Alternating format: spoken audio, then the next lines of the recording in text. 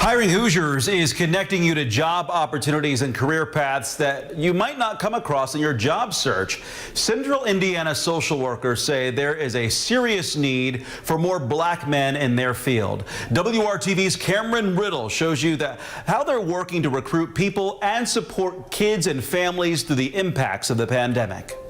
As the calendar inches closer to the one-year anniversary of the coronavirus pandemic, the long and short-term effects of sickness and unemployment are taking a toll on people across the nation, and black men have been more likely than most to feel those effects. The pandemic has killed so many people of color. People have lost houses, they've lost income, and so the social worker as a whole, that I believe that there is a great need for them. David Brown is a behavioral therapist. He says his fellow members of the Central Indiana Association of Black Social Workers say there is a large shortage and a heavy demand for black men in their industry, a job that is notorious for its low wages and stigmas that paint the social worker as the bad guy. Thinking that the social worker is going to be the snitch, is going to be the one that goes in the house and remove the kids. Brown says the industry of social work is dominated by white women,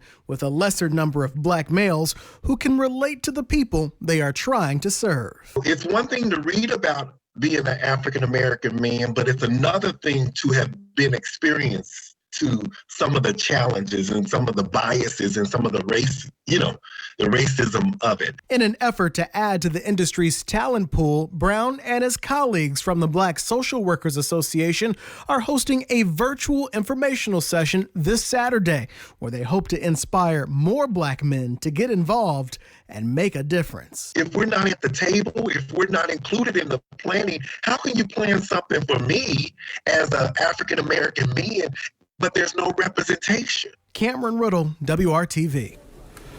The Central Indiana Black Social Workers Association will host its virtual information session this Saturday at 2:30. We do have a link for you to sign up for that session at WRTV.com.